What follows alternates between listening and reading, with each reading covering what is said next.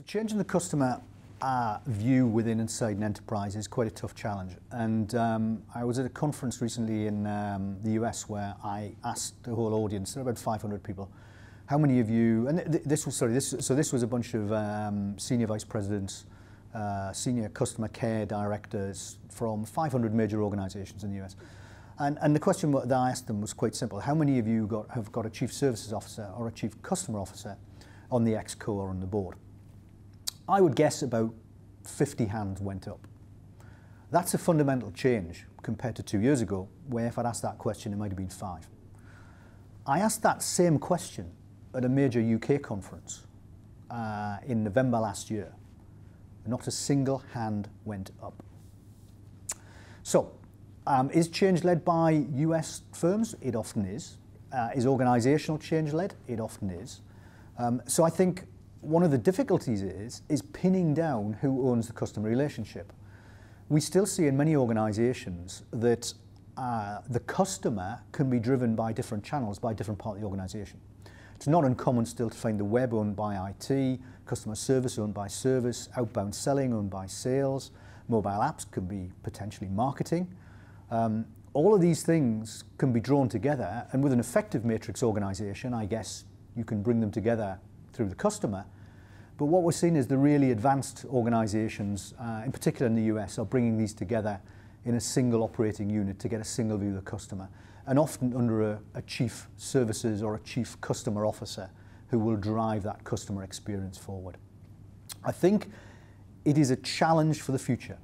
I'm back to the point about the profound change in the way that the digital economy is changing from the physical economy. I'm back to the point that says we're not reinventing or developing new processes.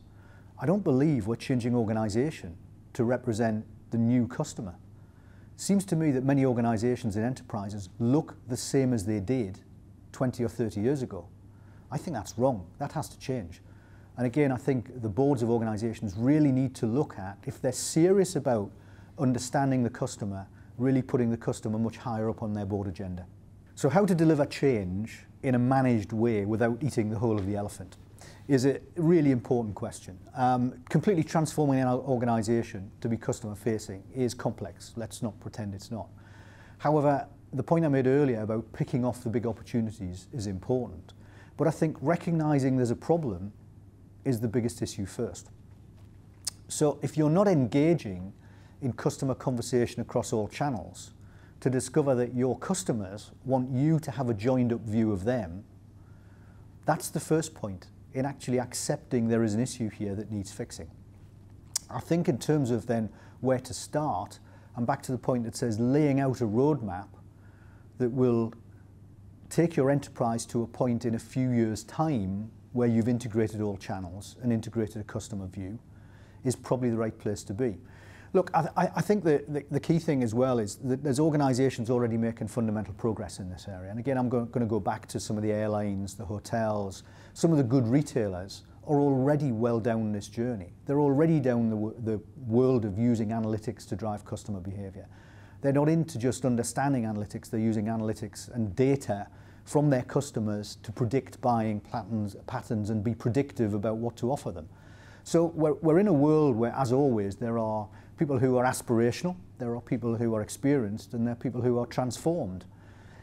I think there's an awful lot of people in that aspirational area, and there has to be a sense of urgency about understanding where customers want them to go.